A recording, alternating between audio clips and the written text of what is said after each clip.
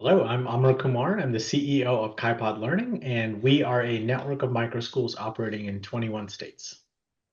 Fantastic. And you and I go back a little way, so I know you know more about just than micro schools in this unconventional education space. So my first question for you is, from where you're sitting, what do you think the main drivers are right now of the growth of unconventional education? And you can talk about it both from the consumer side as well as the supplier side. Yeah, I actually do look at it as the supply and the demand, just like you said. On the supply side, we have many, many more teachers who are making this leap to start alternative learning environments, learning pods, micro schools, hybrid schools, online schools. So we're seeing this huge explosion of supply, which is being met by a huge rise in demand from families. And they kind of feed off of each other in a really nice way. As more families demand these options, more teachers stand up to create them. As more options get created, more families hear about them and consider them.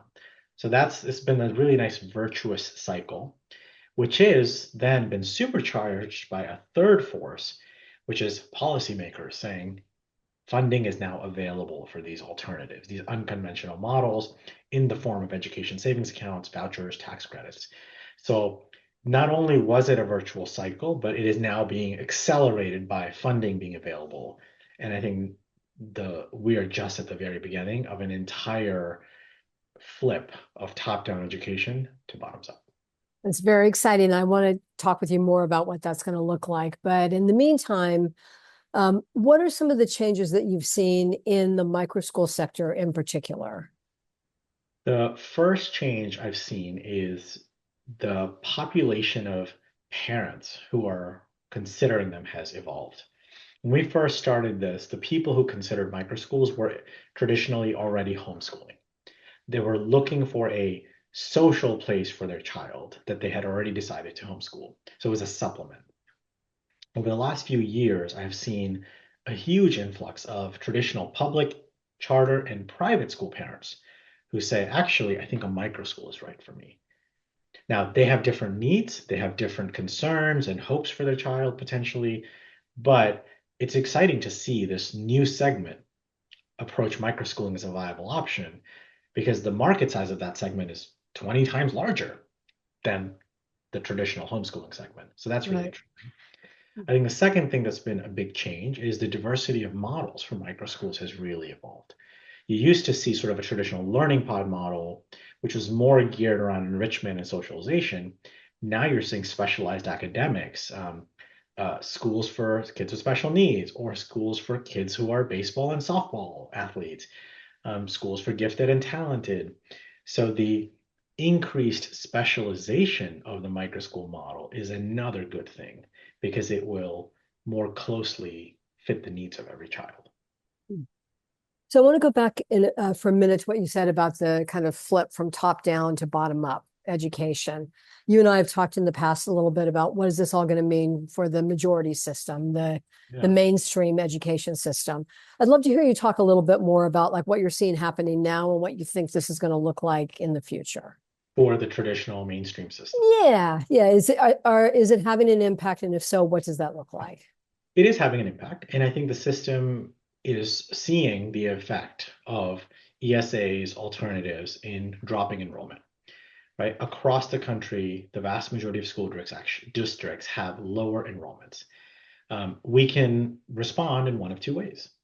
We can blame and say, oh, this is the fault of the vouchers. This is the fault of these alternatives. Let's shut them down. Or we can say, let's compete. Let's do better. And I am really optimistic that the system eventually will choose the second. And we are starting to see signs of this. We have, just in the last 6 months, started to see inbound interest from public schools and charters who say some version of, I'm tired of losing kids to you. I want to fight for these kids. I can start this micro school. Can you help? And I love that. This is exactly the point of a market-driven system where the competition is the rising tide that will lift all boats.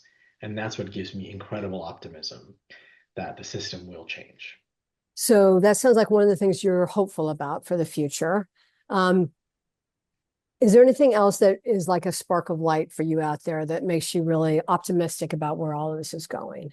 Yeah, parents standing up and saying, I'm in charge. I want to be more in charge. I want to be more involved. I love that. That's so good. In every industry, when the consumer and the customer are the same, the industry serves you better. In education, the consumer was the child, but the customer was the parent, and they were different. And so you didn't really solve the problem the same way. Now, when the consumer and the customer become the same in more ways, and the parent is more involved, they are receiving the teacher's inputs, the teacher's feedback. That will make it a more responsive system, which is good for everyone. So I'm really excited about that. Is there anything looking into the future that worries you or concerns you about where all this is going? Yes. Right now, we're very much at the risk of this being a loose, fragmented, like long tail industry of a bunch of well-intentioned small businesses that are all subscale. And what happens in any industry, if you look at the history of small business in America, there's a lot of failure. And if a coffee shop shuts down, hey, I might be sad, but it's all right. When a school shuts down, it might have longer term effects for student connectivity, social relationships, et cetera. So while there will be some schools that shut down, we want to ensure that that doesn't happen as a default. And so the thing that concerns me is, are we as a sector building the infrastructure? This is such a boring answer, but this is what I spend all my time on. Are we building the infrastructure to ensure that this huge, like thousand flowers blooming, can scale, can deliver high quality instruction and education, and be financially sustainable? Those things require not just good intentions, but really strong business and strategy. And so that if we don't do that, then in 5 years we'll be like, oh, wasn't that cool when that Wasn't that happened? cool? Wasn't that a cool thing we did back then? Yeah. Yeah, but like that's not we're not doing that anymore. So Right. really want us to get serious about that infrastructure.